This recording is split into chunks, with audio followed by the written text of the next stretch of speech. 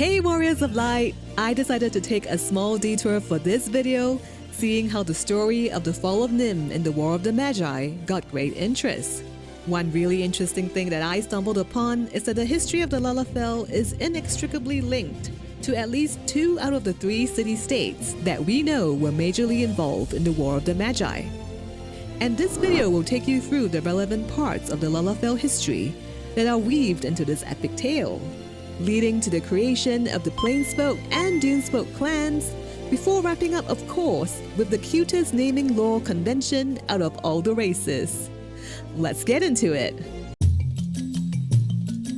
The earliest history of the Lalafells we currently have starts not from a place, but from a minion, the Tarutaru minion. If you've played FF11, then this name would be familiar to you, as the Tarutaru are the Lalafellan equivalent race in 11.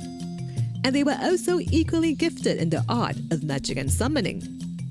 Tarutaru is also the race that Shantotto, and I repeat, Shatotto, the iconic black mage of 11 belonged to. And an interesting thing about Shantotto is that her outfit is that of the tactician magician's cloak set, but without the hat. Note the without the hat emphasis, for it will link to 14 later. And if you thought this set looked familiar, it does appear in 14 now as the caster healer gear set of the second Echoes of Vanadil Alliance raid. But back to 14's Tarutaru minion. The minion's description suggests that the Tarutaru may very well be their ancestors of Lalafells in 14. And our dearest Tataru Taru is most definitely a callback and tribute to this race. If Tarutarus did exist in the source, then we know at least by the 4th Astral Era, the ancestral race was gone, as Lalafells were documented to live on the southern sea isles of Endless Summer, one of which is known as Aloalo Island. And this is where the first Lalafell clan got their name, Plainsfolk, for loving to live in open and sunny plains. It is said that winter never visited Aloalo Island, and the flowers of all colors of the rainbows ever bloomed here. When the 5th umbral calamity of endless frost struck, these Lalafells used their knowledge of Arcanima and a mysterious key to open a portal and escape to the 9th shard of Aetheris, where they eventually came to be known as the Milala race there. Although this group of Lalafell played no part in the upcoming War of the Magi, this incident nonetheless testifies to the Lalafellan talent for Magicks and Arcanima calculations, where the major seeds of magic discovery and its subsequent warfare in the source will be sowed. As the endless frost of the 5th Umbral Era melted, the 5th Astral Era began, and another group of Lalafells came to live on Aloalo Island. Worship of the 12 also began in this era, as many who survived the frost calamity sought warmth and comfort in prayers to a higher being. As the realm recovered, 12 city-states, each worshipping one of the 12, came into existence. In year 500 of this era, some Lalafells from Aloalo Island set sail to Eorzea in search of trade and new lands to call home. One group settled on Vilbrand, where modern-day La Nocia is, and with their knowledge of Arcanima, they founded the seafaring city of Nim and the foundation of summoning magics of arcanists, summoners, and scholars today. Another group settled not too far away. Lalafells were known to value familial ties after all. They settled just across the seas from Vilbrand, in a fertile region between Mordorna and Curtius called Yafem, and founded the city of Mhach. But of course, they would also pioneer another brand of magic. It is now year 800 of the 5th Astral Era. Mhach is still a young city with not much powers to speak of. We know that a Lalafell named Shatotto, not Shantotto, lived in these times, who had great talent and interest in destructive magics, and oddly, a strong dislike of hats. With the same talent in Arcanima and calculations, Mhach's scholars discovered a comet of immense ethereal energy, headed on a direct collision course towards the city. Faced with the destruction of their home, the incoming comet was the catalyst that led Shatotto to discover black magic because her intended solution was to simply, quote, blast a foul rock out of the sky with the most powerful destructive magic the realm has ever seen, end quote. Mages were traditionally limited to using the aether within their bodies, but Shatotto found a way to draw in ambient aether into her spells, and with it, she did blast the foul rock of its collision course, saving the city of Mhach. With this, Mhach had discovered black magic, and most of the Lalafellan population had great aptitude for it. Their newfound powers bolstered the strength of the city's army and allowed them to survive as other city-states in this era fell to strife. This is but part 1 of Mhach's ascent to significant military power. The Lalafells' talent for magic and arcanema both led to further discovery, or rather rediscovery of void magic. Mhach learned of the Elegant's Empire attempts to forge pact with Void Sense and harness their powers of darkness. Learning from the mistakes of the Elegants, Mhach developed the Nullstone, an occult device for protection that can be used to sever the ties of the Void Sense to their realm should things go south. It is with the believed mastery of both black and void magic that set up Mhach's belief in their supremacy over others, and the stage for war was set upon the realm. In the year 900 of the 5th Astral Era, Mhach would start conquering smaller city-states. These conquests did not go unnoticed by the city of Amdapor, whose founding actually predated Mhach, and if any, had sufficient power to go up against them. Faced with an approaching threat, the Amdapori would develop their own brand of magic, specifically white magic to counter the black magic of Mhach.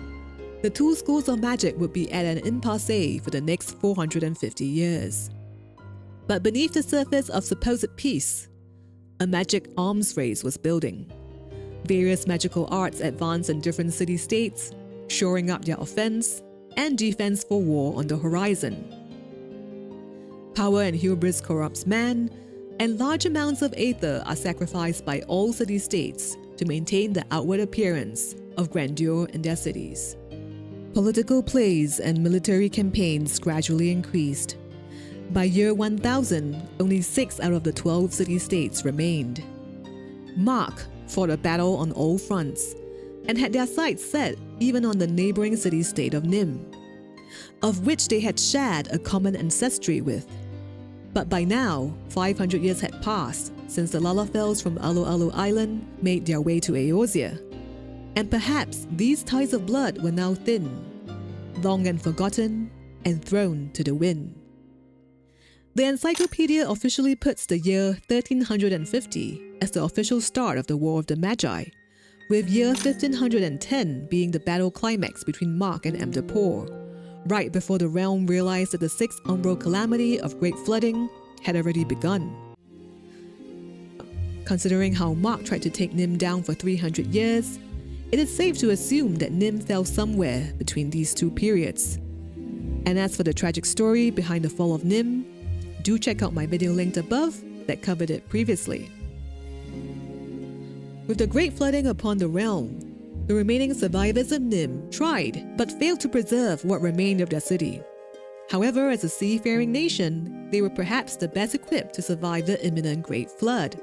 Under the leadership of Golbus Rhombus and a powerful Grillmore, the last resort, the Nim Lalafells made their way back to the ancestral home of Aloalo Island, where they returned once again to Vilbrand in the 6th Astral Era.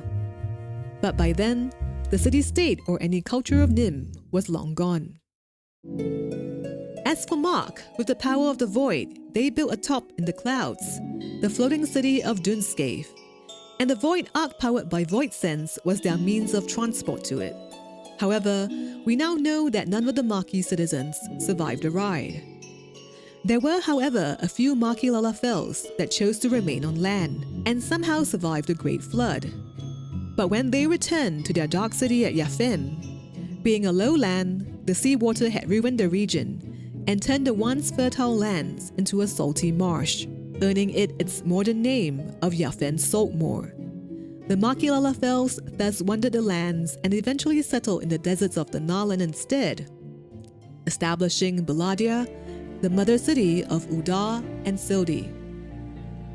The climate of the desert would also adapt their bodies in different ways, most notably in their luminous eyes, where a glossy outer layer protects the pupil from the glaring sunlight. This physical differentiation is what we come to call as the Dunesfolk clan of the Lalafells today, having adapted to living in the dunes of the desert. I think it would be safe to assume that prior to the War of the Magi, both the Nim and Mhachi Lalafells and the original Lalafells from Aloalo Island were all Plainsfolk. So with this Lalafell history, it comes as no surprise that the Thaumaturge Guild sits in Ul'dah, while the Arcanist Guild sits in Limsa Lominsa in Vilbrand. If there is any good ending to all this, it's that today the Dunesfolk and the Plainsfolk Lalafells bear no resentment towards each other, and inter-clan marriages are common. And just for a fun fact to wrap up the video, did you know that you can tell whether a Lalafell is a Plainsfolk or Dunesfolk by their names? Sure, they all rhyme, but they kind of rhyme in different ways. We'll start with the female names because they're much easier to differentiate. For Plainsfolk female, they follow the structure of ABB, AB, where each letter is restricted to one syllable each. So examples are Utata, Uta, Shatotto, Seto. For Dunesfolk female, they have a slightly different structure of AAB, AB, and this translates to Tataru Taru, Momodi Modi, Sisipu Sipu, Fufucha Fucha. And for fun, in Nanamo Uru Namo, Uru is the middle name for belonging to the royal Ul'dah family.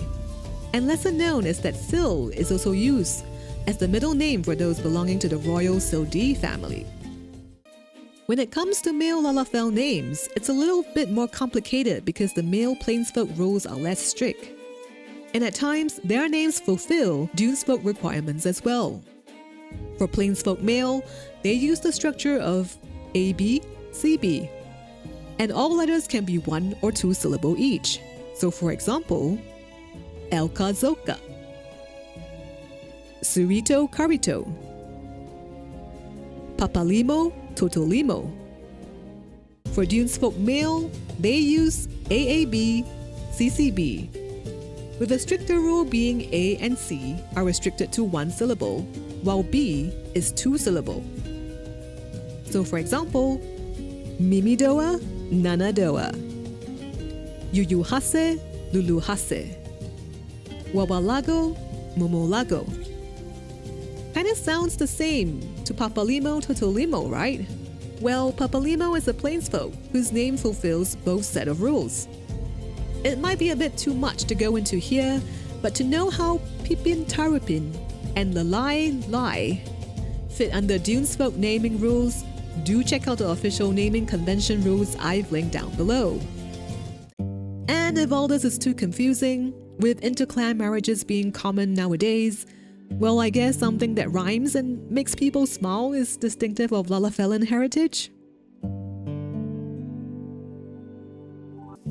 Last fun fact I found from researching this video, in Japanese, Nanamo and Tataru are voiced by the very same voice actor, Maria Issei.